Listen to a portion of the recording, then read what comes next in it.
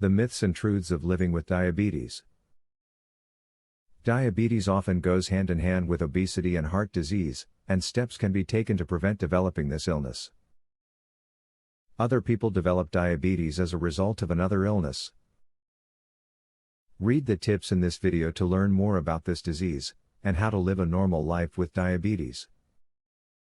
To go trick or treating, or not to go?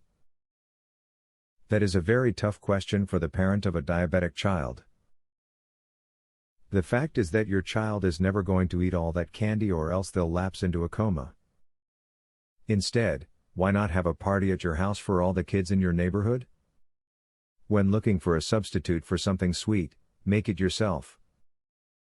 For example, if you don't want to eat sugary store-bought relish since it will spike your blood sugar and set your diabetes off, then make your own by chopping up dill pickles.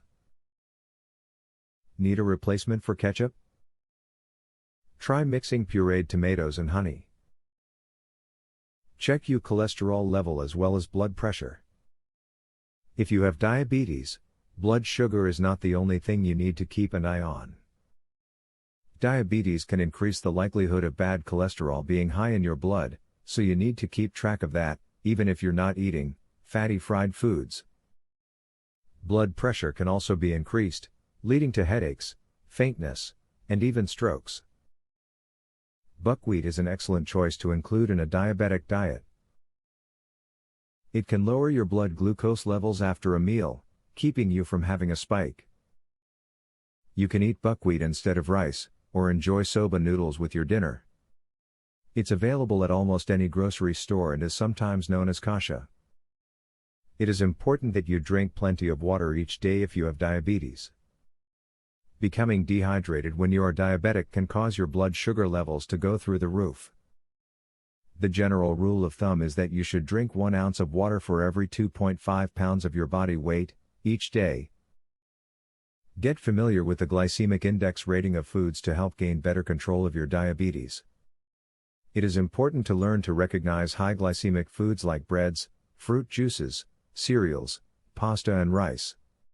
Eating more vegetables, lean proteins and other low glycemic index foods keeps your blood sugar from spiking after meals.